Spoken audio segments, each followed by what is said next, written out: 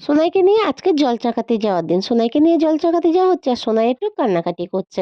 এদিকে হচ্ছে সোনাইয়ের বাবা যখন কথা বলছে ও চুপ করে গিয়েছে জানো তো? আর ২ টো গাড়ি করা হয়েছে। একটা গাড়ি যাবে ছেলেরা, একটা গাড়িতে যাবে মেয়েরা। তা আমরা চলে এসেছি এই যে দেখতে পাচ্ছ। আমরা কিন্তু এই যে বাবার গেটটা পার করছি। এখানে বড় করে লেখা আছে বাবা বড় কাছারি বলে লেখা আছে। তোমরা ভালো করে লক্ষ্য করলে বুঝতে পারবে। এখানে এসে সোনাইকে নিয়ে সবাই একটু ব্যস্ত হয়ে পড়েছে সেলফি তোলার জন্য।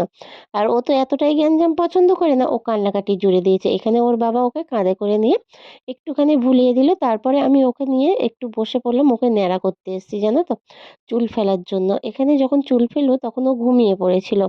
তারপরেই ও জেগে উঠেছে। আর এখানে সবাই মিলে আমরা এই যে পুজো দিতে যাচ্ছি, ওর বাবা আছে, মেসোন আছে।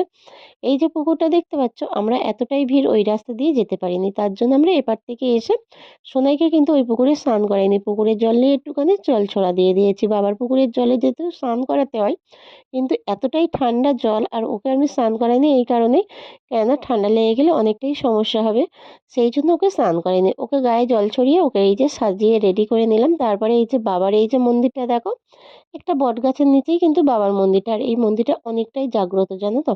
এটা বাবা বড় কাছারি বলে। তোমরা কারা কারা এসেছিলে এই জায়গাটায় অবশ্যই কিন্তু কমেন্ট করে জানিও। আর এতটাই ভিড়, আর আমার নন্দাই দেখো এই গোপালটা নিয়েছে। প্রচণ্ড ভিড় হয়েছে জানো তো?